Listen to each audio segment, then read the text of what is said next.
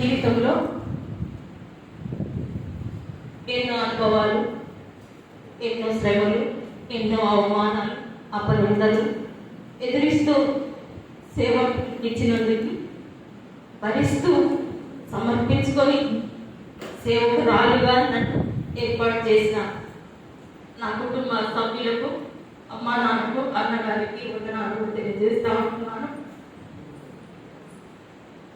నా మ్యారేజ్ కాకముందు నుంచి ఆయన సేవకుడే. నాకు పెద్ద అంత అనుభవం లేకున్నా నాన్న అమ్మ దీవెన వల్లనే నాకు ఒక సేవకుడు ఇచ్చారని తలంచాను. అయితే సేవా జీవితంలో కూడా నేను కూడా మా అమ్మ ద్వారా, అత్తమ్మ ద్వారా, నా భర్త ద్వారా, బావల ద్వారా ఎన్నో అనుభవాలు నేర్చుకుని సేవకు వచ్చాను. ముందే సమర్పణ కలిగిన సేవకురాలు అయితే కాదు, భర్తలు చేసుకున్న తర్వాత సేవకురాలు అన్నీ నేర్చుకుంటూ తిరదేమో వర్తిస్తూ ఆత్మీయంగా నా జీవితాన్ని కట్టుకుంటూ నా కుటుంబాన్ని పోషిస్తూ మరి దేవుళ్ళని ఎదగడానికి దేవుడు నా కృప చూపించాడు. అంతేకాకుండా మొట్టమొదటిగా మరి సంగపురం గ్రామంలో నేను సేవగా మరి సేవ చేసినప్పటికీ అక్కడ కూడా పూరి గుడిసెల్లో కూడా సేవ చేశాం. సేవ సమర్పించుకున్నాడు కాబట్టి ఎంతున్నా ఉద్యోగం చేస్తూ బతకొచ్చు కదా అనుకున్నాం. టీచర్గా పనిచేస్తాడు అక్కడ. ఆయన టీచర్గా పనిచేస్తూ నేను అక్కడ పెట్టుకొని నమ్ముతూ పోయినప్పుడు 7 కిలోమీటర్లు వచ్చినప్పుడు 7 కిలోమీటర్లు తొక్కుతూ సేవ సమర్పించుకొని సేవ చేశాను. అంటే నేను నేర్చుకున్నానంటే ఇవన్నీ ఎన్నో కష్టాలు అనుభవించాను నా జీవితంలో. అక్కడ సేవకులు చేసుకున్న తర్వాత మరి ఎప్పుడు కూడా నేను విరక్తి చెందలేదు. ఒకసారి సమర్పించుకున్నప్పుడు మళ్ళీ వెనక్కి తీసుకోవద్దు దేవుని దగ్గర మాట అని నిర్ణయం చేసుకున్నాను. అయితే అక్కడ ఉద్యోగం చేస్తూ, అక్కడ వ్యాపారం చేస్తూ పూరి గుడిసెలో ఒక సేవను కొనసాగించాము. అక్కడ 5 సంవత్సరాలు మ్యారేజ్ అయిన తర్వాత సంగపురం గ్రామంలో సేవ చేశాం. అక్కడ నుంచి వచ్చిన తర్వాత ఈ ప్రాంతంలో ఉంటే మంచిది కాదు, తెలంగాణ కాబట్టి నాకు కన్నడ అంతా రాదు కాబట్టి మరి బయట ట్రైనింగ్ పోవాలని మేము నిశ్చయించుకున్నాము. అప్పుడు సార్ గారు బీడీ చేస్తే నేను జీకేసి తెలుగు మీడియం నేను కూడా చేశాను. అక్కడ నుంచి వచ్చిన తర్వాత ట్రైనింగ్లో 2 బాబులు అక్కడ పుట్టారు. నాకు ట్రైనింగ్ వచ్చినప్పటి నుంచి శ్రమ స్టార్ట్ అయ్యాడు.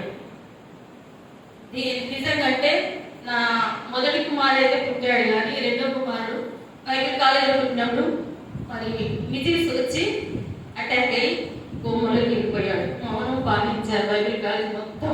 అక్కడి నుంచి ప్రారంభించారు శ్రమలు. ప్రారంభించినప్పుడు కూడా ఎప్పుడు నిరాశ, అంటే దుఃఖం, వేదన, మనోవేదన ఎన్నోసార్లు పెరిగిపోదాం అని దేవుడి మీద విరక్తి కూడా చెందాను కొన్నిసార్లు. ఎందుకంటే దేవుని సేవకు సమర్పించుకొని దాసుడు వచ్చాడు, నేను కూడా సమర్పించుకొని వచ్చాను, కానీ ఏంటి నాకు ఇలాంటి శ్రమలు కలిగిస్తున్నాడు. యోగకు వచ్చినటువంటి యోగ అయితే భరించాను, నేనైతే భరించలేకపోతున్నానని నిత్యము ప్రార్థన చేసుకునేదాన్ని. అయితే మా బాబు అప్పుడు కోమలకు పోయినప్పుడు 2వ బాబు ఆ నుంచి స్టార్ట్ అయ్యాయి. ఆ దినం వరకు ఈ దినం శ్రమ లేదు అని తెలియదు నా జీవితంలో. అయితే శంషాబాద్లో అక్కడ అట్లా జరిగింది. తర్వాత ట్రైనింగ్ అయిపోయి 2007 అనుకుంటా కంప్లీట్ చేసుకొని మరి నారాయణపేట ప్రాంతంకి లెమన్ సార్ మమ్మల్ని తీసుకెళ్ళి అక్కడ మంచి సేవకురాలు మంచి సేవ చేయగలరు. బీడి పువ్వు దున్నడానికి అక్కడ చర్చి లేదు, చేపల సర్వీస్లో 30 రూపాయలు 40 రూపాయలు కాకబట్టే స్థితిలో ఉన్నది. చర్చి అయితే ఉన్నది, రీకన్స్ట్రక్షన్ మళ్ళీ కొత్తగా కట్టుకుంటున్నారు. ఆ పరిస్థితిలో మమ్మల్ని తీసుకుపోయి అక్కడ పెట్టాడు లెమన్ సార్. మాకు శాలరీ కూడా జీతం లేదా సంఘంలో 500, 200, 300 వేసుకొని ఒక 1500 ఇచ్చి సేవ కొనసాగించండి అని చేశారు. అక్కడ చర్చి కట్టాము. అక్కడ కూడా దేవుని కృప వల్ల అంటే అక్కడ కూడా సైకిల్ మీద 5 మందిని ఎక్కించుకొని సేవ చేశాడు. ప్రతి గ్రామానికి మమ్మల్ని ఎక్కించుకొని ప్రతి విలేజ్కి అందరినీ సైకిలే ఉందన్నమాట. అప్పటి వరకు కూడా 2007 వరకు సైకిల్ మీద మేము సేవ చేశాం. ప్రతి గ్రామానికి రాత్రులకు పగులు పూట కూడా మేము ఊక ఉండేవాళ్ళం కాదు. కొత్త వారు వస్తే ఎంకరేజ్ చేసి అన్యులైన కానీ క్రైస్తవులైన కానీ దేవుని సన్నిధానానికి నడిపించడానికి సమర్పణ కలిగి మేము ఎప్పుడు విసుక్కోలేదు, గునుక్కోలేదు. మా పని ఏంటి? పరిచర్య, ఆత్మను రక్షించే భారం మా పైన ఉన్నదని మేము అక్కడ సేవ చేసాం. దాదాపు వచ్చేసరికి అక్కడ నుంచి సంవత్సరాలు 5.5 సంవత్సరాలుగా సేవ చేశాను. పెద్ద మందిరం, మిస్పా చర్చి మందిరం అంతగా కట్టబడింది. అక్కడ కట్టబడిన తర్వాత అక్కడ మాకు ఇష్టమై మేమే వచ్చాం. వాళ్ళు బొమ్మని ఏమాత్రం చెప్పలేదు, ఏ జీసీ పంపించలేదు, జీసీ పంపించలేదు, మాకు మేమే వచ్చేసాం. చాలు ఇంతవరకు మంచిగా మాకు వెన్నంటూ ఉన్న సిడి దేవాస్ గారు ప్రభు నన్ను నిద్రించారు. కానీ మా కష్టార్జితము ఆయన చూసి గర్భాల నుంచి వచ్చి అక్కడ ప్రతి శాలరీ ఆయన చేయూతలు ఇచ్చి మమ్మల్ని ప్రోత్సహించారు, బలపరిచారు, సరిచేశాడు. మేము ఇంకా సంఘంలో ఎదిగింపజేశాడు. ఇదంతటికీ మా కష్టం చూసి సిడి దేవస్థానం తన బండి ఫ్రీ ఇచ్చాడు, స్కూటర్. ఎక్కడ నారాయణపేటలో అక్కడ ఇచ్చినప్పుడు నిజంగా సార్ అంత సమర్పణ కలిగి ఇచ్చారు కదా, ఇంకా సేవ చేయాలని, ఇంకా సంపూర్ణంగా మేము ఇంకా సేవ చేయడానికి మరి మక్కలు, నారాయణపేట, తర్వాత సింగారం అంతా ప్రాంతాలు సేవ చేశాం. సేవ చేసినప్పుడు సిడి దేవస్థానం అమ్మ నీ ఒక్కటి మౌనంగా ఉండండి, దేవుడు ఈ ప్రాంతంలో ఎంతో ఘనంగా వాడుకుంటాడని చెప్పాడు. సార్ రిక్వెస్ట్ చేసి చాలా అడుగుతున్నాడు, ఇక్కడే ఉండండి, ఇదే ఉండండి, ఇదే సేవ చేయాలి అని అడుగుతున్నాడు. మాకు మేమే ఇష్టపడి మరి గద్వాల ప్రాంతానికి మేము రావాలని ఊహలో కూడా ఊహించలేదు కూడా. దేవుల కొట్టుకి వెళ్ళి మెసేజ్ డెమో ఇచ్చి వచ్చాము. అక్కడికి ఇచ్చొస్తే అక్కడ సెలెక్ట్ అయినాం. అయితే అనుకోని రీతిగా మరి ఎవరు ఏర్పాటు చేసిన నాకైతే మరి పేర్లు అయితే జ్ఞాపకం లేవు. కానీ మరి మరి కుల సమాజం పెద్దలేమి, మరి సంఘ సెక్రటరీ ఎవరైతే ఉన్నారో ఆ ప్రాంతంలో మరి వారు కానీ మరి ప్రెసిడెంట్ సేవియర్ కానీ వాళ్ళని పిలిచినప్పుడు గద్వాల ప్రాంతానికి జైనింగానికి వచ్చాం. అప్పుడు జాక్స్ సారు, అబ్దుల్ సారు, తర్వాత సామ్యాల్ సారు వీళ్ళు ఉన్నాం. అప్పుడు ఉన్నప్పుడు మరి వాళ్ళు వచ్చి మెసేజ్ కూడా వినలేదు, ఎప్పుడు చెప్పలేదు. మేము పాల్గొన కూడా పాలి జైన్ కావడానికి వచ్చాం. జైన్ కాడ నేనన్నా సార్ ఆ ప్రాంతంలో నేను సేవ చేయగలనా? నా జాక్స్ సార్ హెడ్ మాస్టర్, నాకు క్రిస్ టీచర్ నా teacher, Samuel sir teacher, IJ sir teacher, వాళ్ళ మధ్య నేను సేవ చేయగలనా? నేను రాను, నాకు ఆ ప్రాంతంలో ఇష్టమే లేదు, నాకు వద్దు అని చెప్పారు మా సేవకుడికి. చెప్తే కూడా నేనున్నా కదా, నేను నడిపిస్తా కదా, దేవుడు నన్ను బొమ్మన్నా నా వెంట నువ్వు అని ఈ ప్రాంతానికి తెలియని రీతిగానే వచ్చాను. తెలియని రీతిగానే నాకు ఇష్టం లేదు, నాకు పెద్ద అనుభవం లేదు, నేను రాను పెద్ద సంఘానికి అని చెప్తే కూడా బలవంతా తీసుకుని వచ్చాడు. అయినా కూడా నాకు అప్పుడు వెన్నంటూ ఉండి ఇక్కడ మిస్పా చర్చిలో జాయిన్ అయిన తర్వాత నాకు పెద్ద అనుభవం లేదు, స్త్రీలు మీటింగ్ నడిపించలేకపోయే స్థితిలో ఉన్నప్పుడు ఫిలిష్ టీచర్ నాకు తల్లి కాకుండా, గొప్ప తల్లి కాకుండా, ఏదైనా కానీ టీచర్ హెచ్చరికలతో నేను జీవించిన ఆ దినాలలో. ఎందుకంటే ఎప్పుడు నోరు చేసి నేను ఎవరి గురించి గొప్పగా ఏడ మెమోరియల్ కానీ ఏడ మా కావాలి ఎవరి గురించి నేను ఎక్కువ గొప్ప కూడా చెప్పాను. దాదాపుగా నాకు ఎప్పుడు కూడా నేను మాట్లాడాలంటే మీరు ఎవరు కూడా చూడకపోవచ్చు, చూడలేదు అనుకుంటా.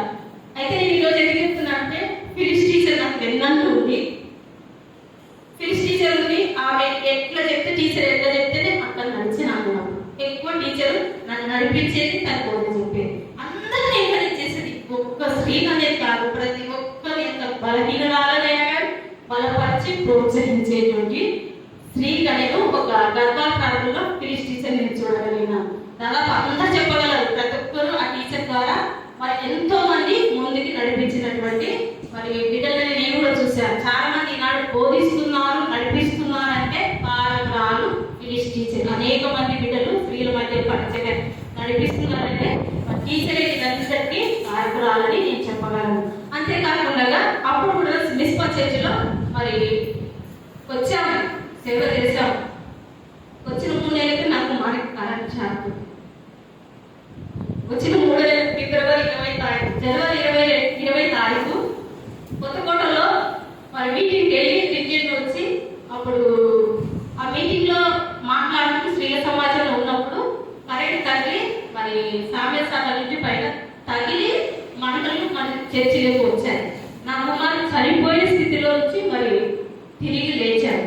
నిజంగా ఆ మీద నుంచి పైన సబ్స్టేజ్ కింద పడినప్పుడు సరిపోవాలి. అప్పుడు కూడా దేవుడు మరి మరణ గండం నుంచి నన్ను, నా కుమారుని మరి ప్రాణం పోసినటువంటి దేవాది దేవుని ఇంకా ఎక్కువ దేవుని నమ్మడానికి, దేవుడు శ్రమలు కలిగినప్పటికీ దాన్ని పట్టు విడవకుండా దేవుడు ఏ మరణంలో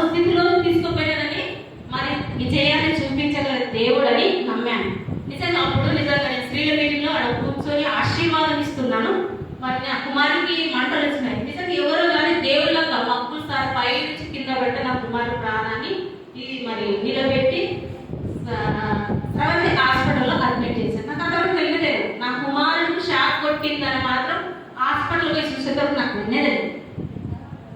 నిజంగా అంత అద్భుత కార్యం దేవుడు నా జీవితంలో చేశాడు. నిజంగా మేమైతే ఎప్పుడు మరి ఎవరికి కానీ బలవంతంగా మరి ప్రాంతానికి అయితే రాలేదు. మాకు మీ దేవుడే నడిపించాడని నమ్మాము. ఆ విధంగా వచ్చి ఇక్కడ 3.5 సంవత్సరాలకే అందరికి వ్యక్తి చెందాం. మా బలహీనతలను మరి ఇంకా మా వీక్నెస్ తెలియదు కానీ 3.5 సంవత్సరాలకే విరక్తి చెందాం. అక్కడ సేమ్ కమిటీ యాజ్ కమిటీ పంపించింది. ఎన్సీసీ కాదు, యాంటీసీ కాదు, ఎవరు పంపించలేదు, కమిటీ. అక్కడ కూడా తరలించాం. ఇప్పుడు ఇందాక అజయ్ గారు చెప్పారు కదా, అందరూ 99 సైన్ పెట్టుకొని కావాలంటే మా సార్ అక్కడే అన్నాడు. ఈ రోజు రాత్రి వరకు తీసి సామాను చేసి పెడతామంటే లగేజ్ అంతా పడేసినాను. ఏదో పడేసినాను. మా ఊళ్ళో పోయి అన్న వాళ్ళ ఇంట్లో పోయి చచ్చుకొని ఒక వారం నివసించాను. వారం వరకు అన్నవాళ్ళనే ఉన్నాను.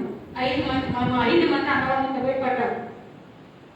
పోలంటే మాకు అన్న మా బావగారి సేవకులే, అత్తగారి సేవకులే, మరిది సేవకులే. వాళ్ళ కష్టాలు వాళ్ళకే ఉంటాయి, ఎవరు చెప్పుకోలేరు. వాళ్ళకు కూడా మేము ఆదరించలేము. మాకు ఆస్తి అంతా సేవనే, పరిచర్యే. మాకు ఇక్కడ ధనం లేదంటే, పొలాలంటే, ఆస్తులు అంత ఏది లేదు. మాకు పరిచర్యను బట్టే దేవుడు ఏర్పాటు చేసినాడని నేను నమ్మాను. అప్పుడు ఆ స్థితిలో విశ్వసించి వాళ్ళప్పుడు అట్లా పంపించినప్పుడు నేను అన్నా, సార్ ఎందుకు ఈ విధంగా నువ్వు ఛాయిస్ ఇస్తున్నావు, రిక్వెస్ట్ చేసినావు కదా, దేవుని చిత్తం ఉంటే వాడబడతాం లేకపోతే లేదని.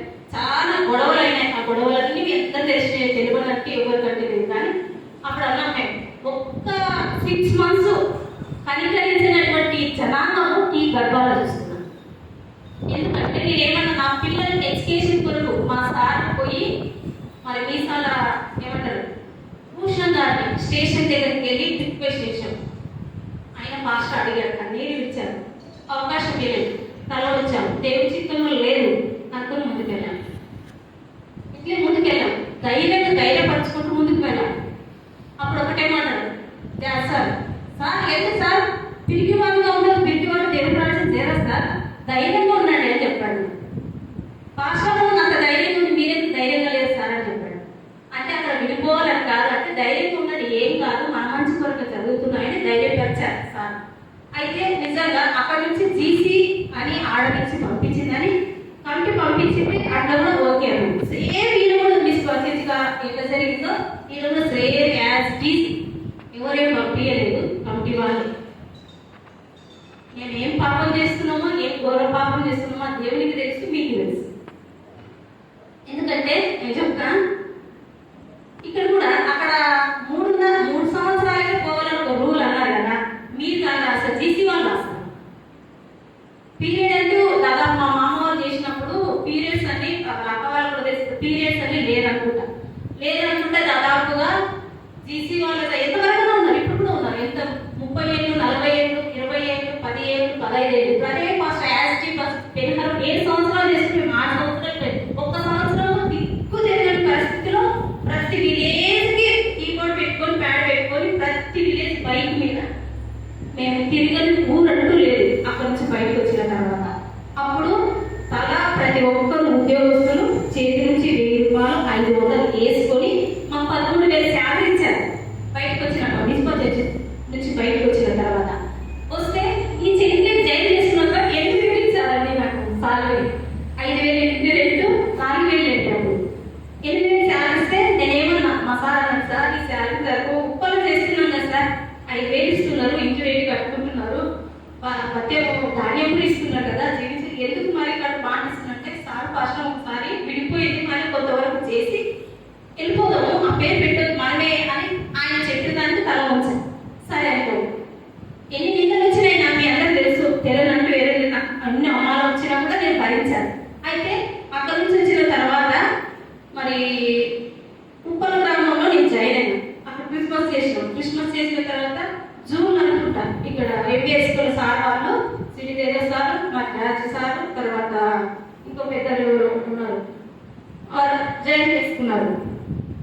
మాకు కొంచెం సామ్సంగ్ సార్ అసలు మర్చిపోయినామండి. సామ్సంగ్ సార్ వాళ్ళు జాయిన్ చేసుకున్నాక అప్పుడు జాయిన్ అయిన కొద్ది కాలాన్ని యవనస్తులు అంతా తీసేయాలి మాస్టర్ గారు. నిజంగా మరి ఏదో కానీ సామ్సంగ్ సార్ వల్లనే ఇంతవరకు మేము వచ్చాము అనుకుంటాం. చాలా సార్లు చెప్పారు తీసేయాలి మాస్టర్ గారిని. అన్ని వినబడతా ఎవరికి తెలియనట్టు ఏముందో కూడా దాదాపుగా తీసేయాలన్నారు. అయినప్పటికీ ఇప్పుడు ఏమో ప్రభావం మరి ఇక్కడ ఈ ప్రాంతం మా పరిచయం ఇష్టం లేనట్టుంది, ఈ చిత్రం ఎక్కడ నడిపించడం ప్రార్థన చేసుకున్నాం. ఇంకా అప్పటి నుంచి ఇప్పటి వరకు దాదాపుగా ఇప్పుడు పోవాలా అప్పుడు పోవాలా అన్నట్లే ఉన్నారు, దాదాపుగా ఉన్నారు.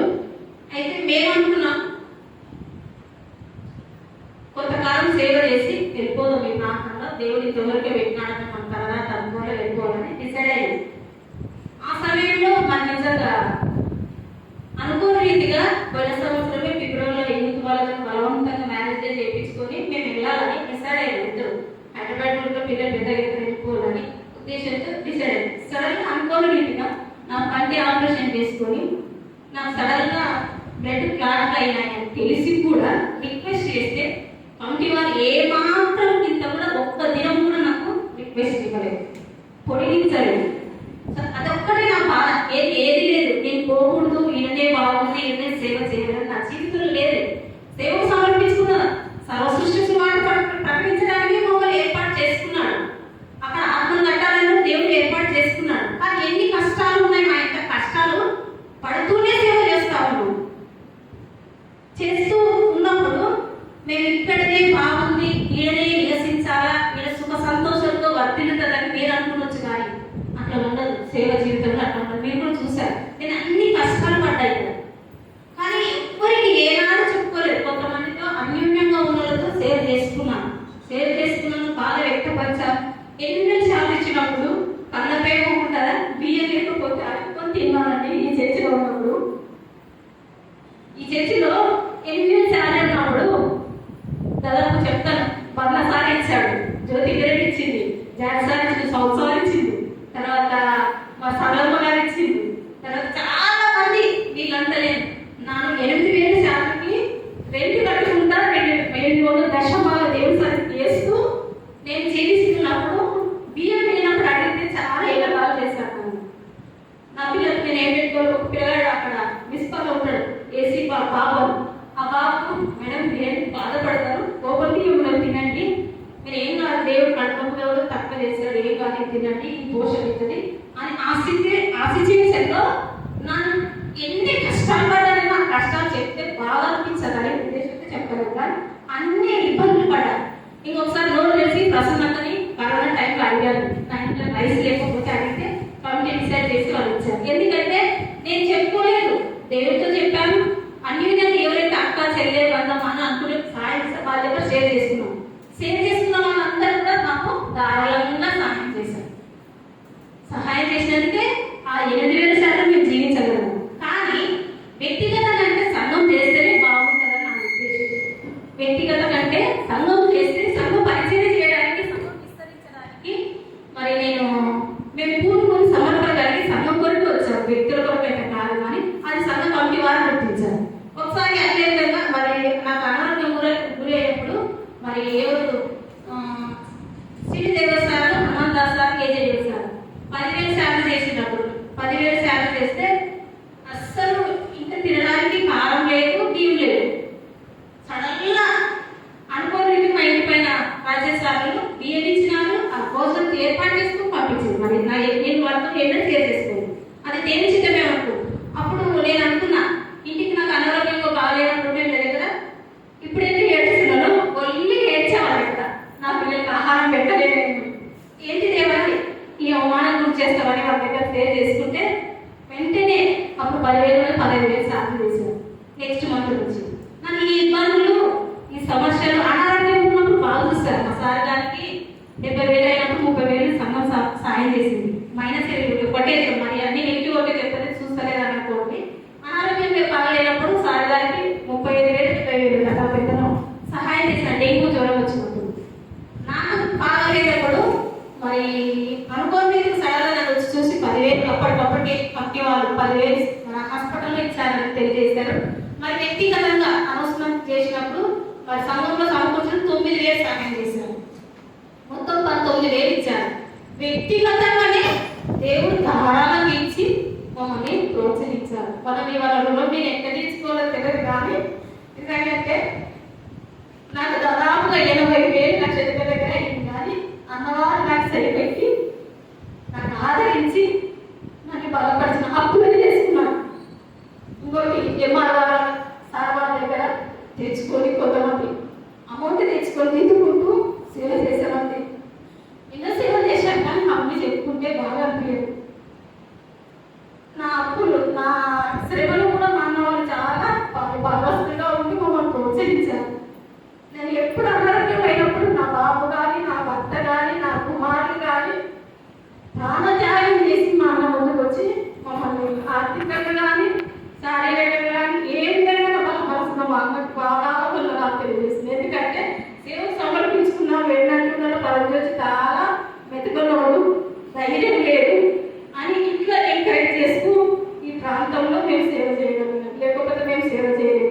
ఎందుకంటే నా కుమారుడు ఇప్పుడు కూడా చూడండి, నేను చనిపోతేనే మర్చిపోతానేమో నా కుమారికి 5 ఆపరేషన్ చేయి ఇప్పుడు వచ్చి చాలు నిష్పక్ష గుర్తు. నాకు సీఎం సర్వీస్ హార్ట్ ప్రాబ్లం బాగాలేదని ఈ రోజు వరకు చెప్తున్నా. నన్ను 2 సార్లు ఓపిక వచ్చి పడిపోతే ఇప్పటివరకు మా సార్ చెప్పకుండా ఏమన్నా అయిపోతే ఏంటి చదివితే భాష మన తొందర టెన్షన్ తీసుకోవద్దు. టెన్షన్ తీసుకుంటే ఎంత అంటే టెన్షన్ ఉండడానికి ఇనే ఉండాలని ఉంటుందా? మాకు పోవాలనే ఉంది, ఉండాలని ఎవరికి ఉండదు. ఎన్ని అవమానాలు, ఎన్ని లేని అని మాటలు, కల్పన కథలు ఎన్ని పుట్టించారు నా మీద అంటే కూడా అది దేవుడే చూసుకుంటాడు. దేవుడిపై కష్టం దేవుడే చూసుకుంటాడు. అన్ని అవమానాలు భరిస్తూ సేవ చేస్తూ జీవిస్తున్నాను. ఎందుకంటే అదొకటే కాదు, నాకు సహాయం చేశారు. వ్యక్తిగతంగా వాళ్ళ పర్సనల్గా మేము కలిసి మన ఊరు విడిచిపోతాం. ఎందుకంటే నాకు చాలా మంది మరి సహాయం చేశారు.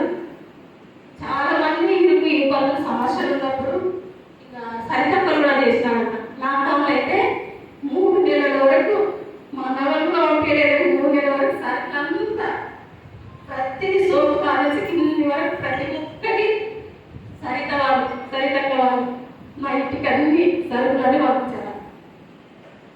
ఎట్లా పోషించినారంటే ఈ విధంగా ఎన్ని చేసినాను అని సంఘం డెవలప్ కావాలని నిరుపులు శాంతి గారిలో పర్లేదు, కానీ సంఘం డెవలప్ కావాలి. 4 కార్లు 3 కార్లు వస్తున్నారు. సంఘం డెవలప్మెంట్ మనం ఇంకా ఎక్కువ కాలంలో సేవ చేయగలుగుతాం. భాషమ్మ శాంతి మీద నువ్వు ఎప్పుడు ఇంట్రెస్ట్ పెట్టదు. దేవుడు ఏ ఆత్మలో ఏ డోరు ఏ ఆస్తమో వస్తమో దేవుడు ఇస్తాడు. అది నమ్ము, నన్ను చూడు, నా జీవితంలో నీ జీవితంలో ఏదో చూడలేదు అని నన్ను ఇట్లా బలపరుస్తూ ఆయన సేవ చేయగలుగుతున్నారు. లేకపోతే ఇంకా చేయలేదు. మేమేం కొనలేదు. ఏమి ఆస్తి లేదు, ఆస్తి విశ్వాసం మాకు ఆస్తి వేరే ఏది లేదు. కానీ నేను బాధపడేదానికి ఇక్కడ నుంచి మీరు పోతున్నాననే ఉద్దేశం కాదు, కానీ మీరు బాధ పెట్టినారని కూడా కాదు, కానీ ఒక్క 1 year రిక్వెస్ట్ చేస్తే మేము ఇప్పుడు లాస్ట్ అంటే లాస్ట్ అనే తీసిన కాడికి మా భాష రిక్వెస్ట్ పెడితే కూడా ఎదురు చూసిన ప్రార్థనతో నో ఆన్సర్ అనే అది దేవుడి చిత్తం లేదు. భాషలో అడగొద్దు, ఉండొద్దు. మళ్ళీ వేరే ప్రాంతానికి మేము మెసేజ్ దేవుడు పెరుగుతున్నాం ఇక్కడ తీసుకుంటామని చెప్పి ఎటు కాకుండా చేసేసుకున్నాము. మేము ఇంటికి ఎట్టుకోవాలి. ఏ సంబంధం నాకు ముగ్గు ఉండాలి. సేవ చేయాలా, ఇంకో ప్రాంతం ఆత్మలు రక్షించాలా అని చెప్పి రక్షించడానికి సమర్పించుకున్నాం కదా. ఏదైనా ఇంట్లో వచ్చేది దూరం అని సమర్పించుకుని సేవకు వచ్చినా, కానీ ఈ పనులు నేను ఎక్కడ ఎదిరించుకోలేదు. అదొకటే కాకుండా నాకు సంఘము మరి చాలా సహాయం చేసింది. ఇంకొకటి చెప్తాను. సాంసంగ్ సార్ వాళ్ళు నాకు బైక్ లేదన్నప్పుడు వాళ్ళు చాలా సరోజక్క కుటుంబం అయితే సరోజక్క కుటుంబము, ఫ్లారెన్స్ అమ్మ కుటుంబం, ఊళ్ళో వాళ్ళ కుటుంబం 2 కట్టుకోలేని పరిస్థితులు ఉంటే 1000 ఇంటికి వచ్చి సరోజక్కల వాళ్ళు ప్రతి నెల నా ఇంటికి వచ్చి 2 కట్టుకో భాషాన్ని ఇచ్చిపోయేవాళ్ళు. ఆ స్థితిలో వాళ్ళు మర్చిపోయారు, కానీ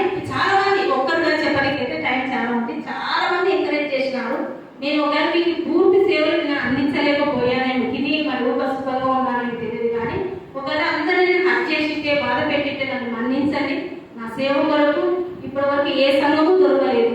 ప్రార్థన చేయండి. మరి దేవుని చిత్తం అయితే ఇంకా సేవ విరమించుకొని సంపూర్ణ సేవ విరమించుకొని ఉద్యోగం చేసుకుని బ్రతికితే బాగుండేది వ్యక్తి చెందుతూ నా జీవితం ఉన్నది. ఏమైపోతుందో తెలియదు కానీ మరి నా కొరకైతే మీరందరూ ప్రార్థన చేయండి. ఎందుకంటే సేవల 23 ఏళ్ళ జీవితంలో ఎన్ని కష్టాలు అనుభవించానంటే ఇప్పుడు ఆషామాషి కాదు సంఘాలలో సేవ చేయాలంటే. అసలు పాస్టర్లకు స్థానం లేని సంఘాలు అంటే మా ఇంకొక సంఘం అంటలేదు సార్ మన్నించండి. అంతగా హార్డ్ డినామినేషన్ ఉంది. ఎందుకంటే మేము ఒకటే చదవలేదు, అన్నీ చూస్తున్నాం.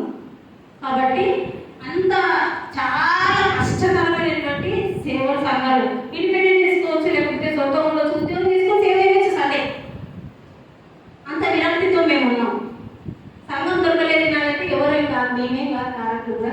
అది మీరే ఇప్పుడు తీసేసినా కాబట్టి ఎక్కడ పోలో పంపించే మాత్రం దేవుడికి పైన వేస్తారు. దేవుడి